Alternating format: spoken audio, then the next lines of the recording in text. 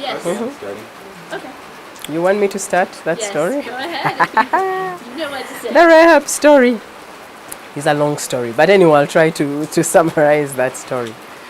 As I mentioned earlier, we are in a fellowship of Christian women coming together to pray and encourage each other, share the word, learn a lot actually, grounded in the word. And many of the ladies had a lot of pain in their past.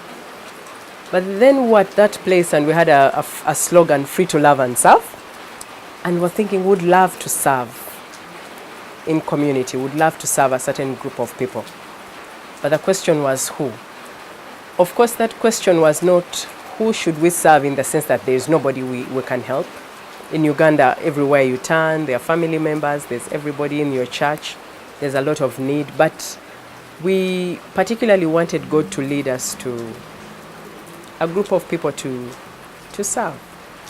And it was a prayer time started. We started praying about it, seeking God about it. And then one day, one of our friends' daughters were out having a drink, and they hear this girl screaming. They went out to see what was going on, and she was a young girl who had come from Burundi, and they told her that the sex trade in Uganda was booming. So two of her Indian clients they had used her, but they didn't want to pay her. So they threw her out of a moving vehicle, but her dress got trapped. So they dragged her on the tarmac. So that's why she was screaming. And when they realized that, they stopped the car, let go of her dress, and they drove away. So these girls just come to her. As God would have it, this was a girl from Burundi, and these girls were also from Burundi. So that made it easy for them to communicate with her, some French and Kirundi, because she hardly spoke the local languages here in Uganda. So the girls called their mom. Mom, there's somebody here to help, and their mom is part of the team of ladies that come together to meet. So one thing led to another. We took her to hospital. Unfortunately, she had very strong pimps, so they came and took her away from us, and they took her to another place. But she healed later and kept in touch. For about 3-4 years, she kept in touch. But what had happened is that as the ladies went to hospital to bring food and do this, all of a sudden we felt that the seed had been planted, that these are the girls who are trapped in prostitution, and most of them are minors, and because they are minors, it's considered sexual exploitation. And round about that time, we were introduced to a pastor who was reaching the girls at night on the streets and in the slum areas and bringing them to his church, and they were coming to Christ. He really had a gift of, reaching out to them. So we started partnering with him, just taking food and clothing and everything. Then we later realized that the girls have more needs. They need to go to school, they need to be in a home, a safe place. The pastor had a young family himself, so we thought, no, maybe it's not wise for him to have all the girls with him.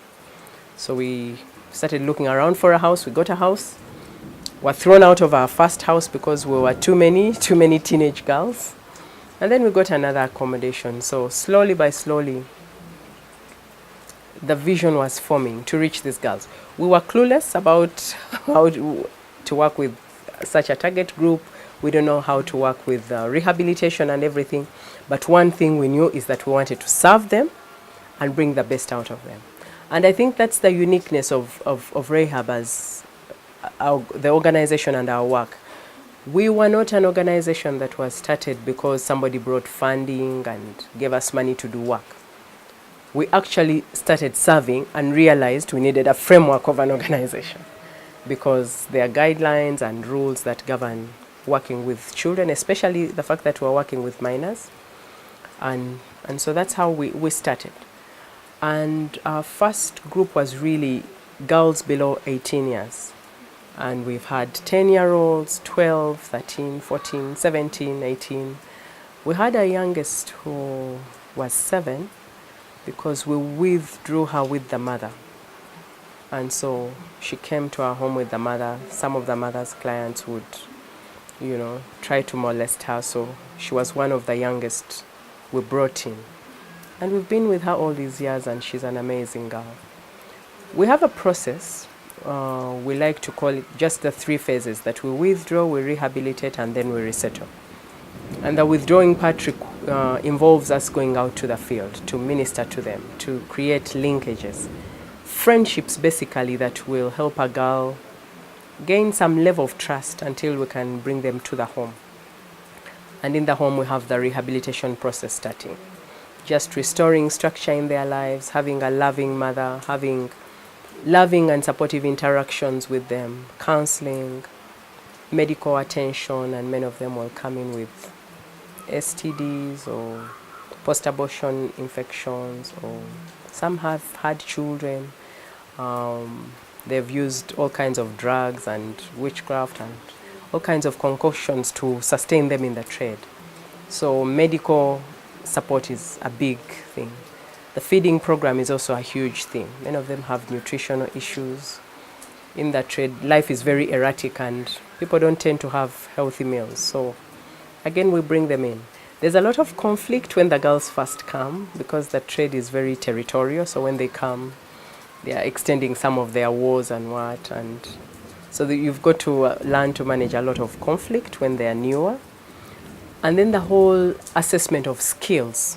At what level are they in terms of skills? Are they educated? Did they go to school? Did they drop out? And then we assess all that.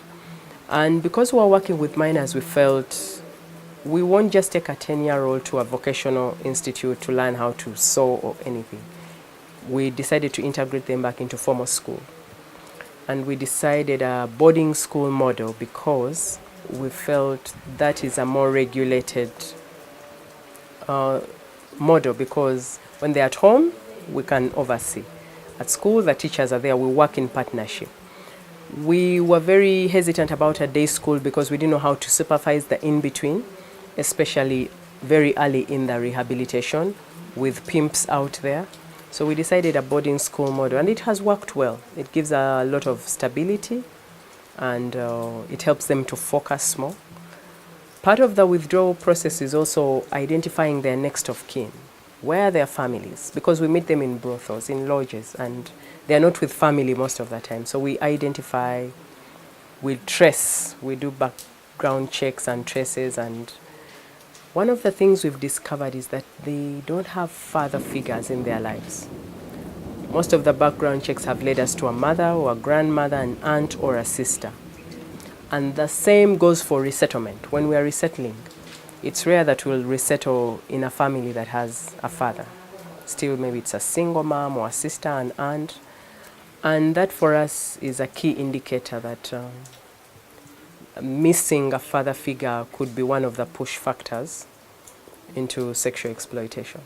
The rehabilitation, of course, has the component of education, of counseling, of Bible study, and prayer. We are very much a Bible-believing organization. We believe in scripture. We believe that that's the only way somebody can be transformed inside out. We don't believe in cosmetic change, that we just get a girl, put her in a house, give her food, give her clothes. We believe that it's only God who can cause that transformation. And that's why we have the name Rahab, because we feel Rahab in Joshua 2 was a totally different woman. And we see the Lord honoring her enough to be in the lineage of Christ. And that's what we see for our girls, that they are honorable people. We target identity, self-worth, self-value. We've asked ourselves this one question, that what can we do in the lives of these girls that they'll never choose prostitution as an option, even when the going gets tough in future. And going back and forth in our discussions, we found that the one thing that we need to incorporate in everything we do is building self-worth and finding their identity in Christ.